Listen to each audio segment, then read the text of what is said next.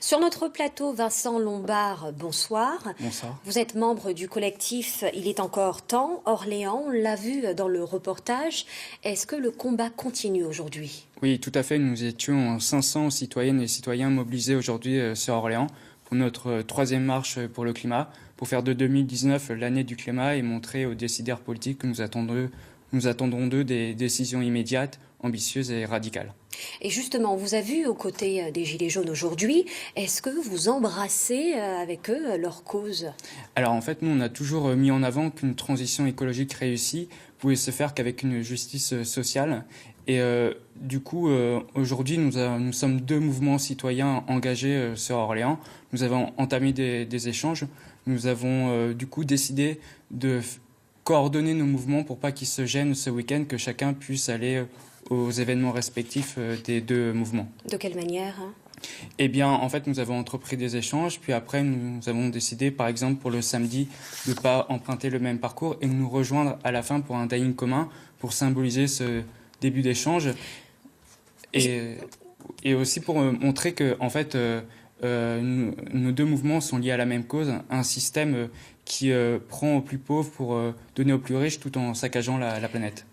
Vincent Lombard, vous aussi, vous avez fait part, vous avez donné aujourd'hui au maire d'Orléans votre cahier de doléances pour faire également entendre votre voix lors de ce grand débat.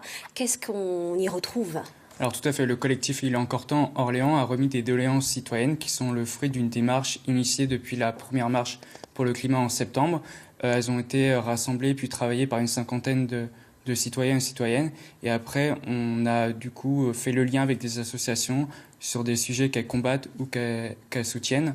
Et on les a présentés au public lors de la marche de décembre. Et aujourd'hui, nous les remettons à Monsieur Olivier Carré, maire d'Orléans, mais également président de la métropole, que nous chargeons de transmettre au gouvernement dans le cadre du grand débat national, mais également de les transmettre aux élus, puisque des doléances concernent également les compétences du département et de la région. Et justement, comment s'est passée cette rencontre? Est-ce qu'ils vous ont écouté, tout simplement? Alors là, évidemment, Monsieur Olivier Carré n'était pas là, donc on a remis la lettre, les cahiers de doléances dans la boîte aux lettres. Cependant, à terme, on va interpeller plus directement les élus. Déjà, on va demander un délai de réponse par rapport à ces doléances. Et après, on va fixer sûrement un rendez-vous pour échanger avec eux. En 2018, le ministre de l'écologie, Nicolas Hulot, démissionne. Donald Trump, le président des États-Unis, annonce son retrait de l'accord de Paris. 2018 n'a pas vraiment été une bonne année pour l'écologie.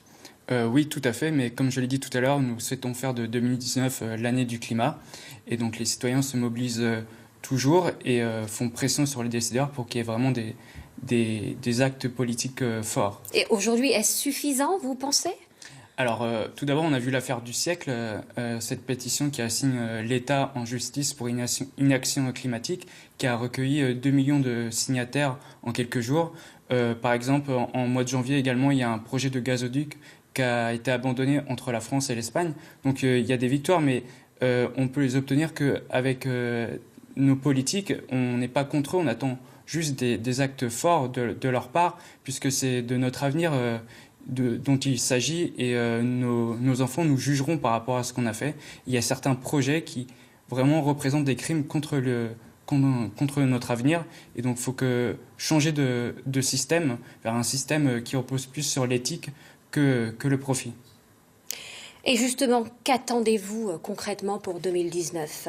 Alors rapidement. Avec les doléances qu'on a remises, on attend par exemple de développer des modes de transport alternatifs, de donner plus de place au vélo, de développer la rénovation thermique des bâtiments qui permettra de lutter contre le dérèglement climatique, mais également de redonner du pouvoir d'achat aux ménages les plus modestes. Comme je l'ai dit tout à l'heure, lié transition écologique et justice sociale, c'est tout à fait possible. On n'attend que des actes maintenant. Le ton est donné. Merci beaucoup d'avoir été notre invité ce soir.